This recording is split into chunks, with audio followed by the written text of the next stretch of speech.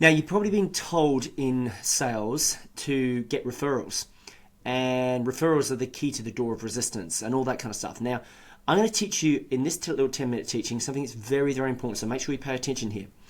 When you ask for referrals, there's a way in which you ask and a time when you ask, and I'm going to share that very shortly. Now, when you get a referral from a farmer, and you usually get a referral as the reward for a job well done, what I want you to do is I want you to ask in the afterglow. This was taught to me by my very, very good coach, Carrie Wilkerson.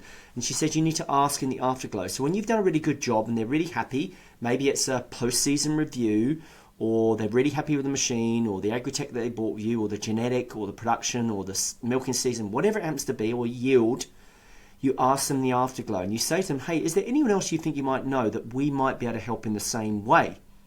And they're much more likely to give you a referral. Now, listen to this. It's really, really important.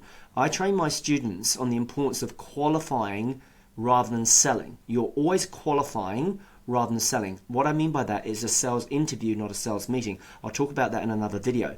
But the stance you take is really, really important. Not arrogantly, confidently. And the other stance you need to take when you are getting a referral from a farmer is you need to qualify the referral from the referrer. Okay, so I'll say that again. You need to qualify with your farmer. If they give you a referral, qualify that referral from that farmer who's your referrer. So what I mean by that is when the farmer says, oh, you need to go and speak to Bill down the road, you go, great, awesome. So tell me, why do you think we should talk to Bill? What's he struggling with? What's the problem he's trying to solve? And then you don't just like take it surface level, face value. Oh yeah, just trot off and speed down the road and drive up Bill's driveway. Do your homework.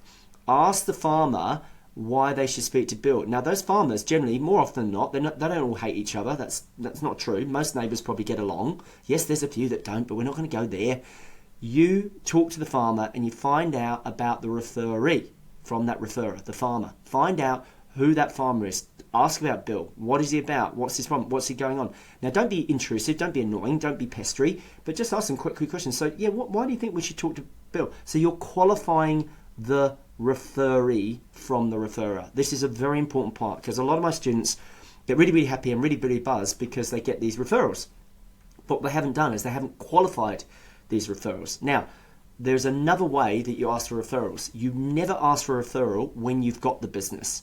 What you do is you ask the referral when you've got the business and ask for that referral later on. It's delayed, it's not instant. So let me explain how I do it. I will say, hey, St. John, I'm talking to myself third person, which is a bit weird here.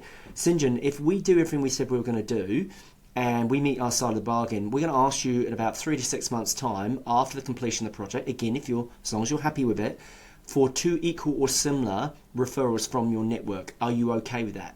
Now, I actually put that in all our invoices and all our documentation when a new client signs with us, and we will ask them for referrals. Now, usually the best time to ask for referrals is when they're really, really happy with the training or the job that we've done for them. So I ask in the afterglow. So this is really, really important you understand. When you ask for referrals, it's not just when you ask, it's how you ask. Okay? And when you are asking for referrals, I do the same thing. I qualify those referrals with the referrer, with the client that referred those referrals to me. So do not make this mistake. Make sure you remember that because it's bloody important. Otherwise you're going to go screaming up driveways or phoning up people who are unqualified. And you want to qualify your prospects and you want to qualify your referrals as well. Okay, so never forget that. Always qualify your referrals.